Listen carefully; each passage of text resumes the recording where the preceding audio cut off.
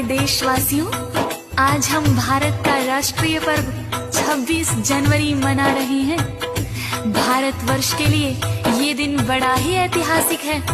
सन 1950 में 26 जनवरी के दिन ही भारत का संविधान लागू हुआ था। देशवासियों, भारत को आजादी तो 15 अगस्त सन 1947 को ही मिल गई थी, किंतु एक स्वतंत्र गणराज्य के लिए उसका संविधान होना अति आवश्यक था, जिसे बाबा साहेब अम्बेडकर ने लिखा और 26 जनवरी 1950 को लागू कर दिया गया।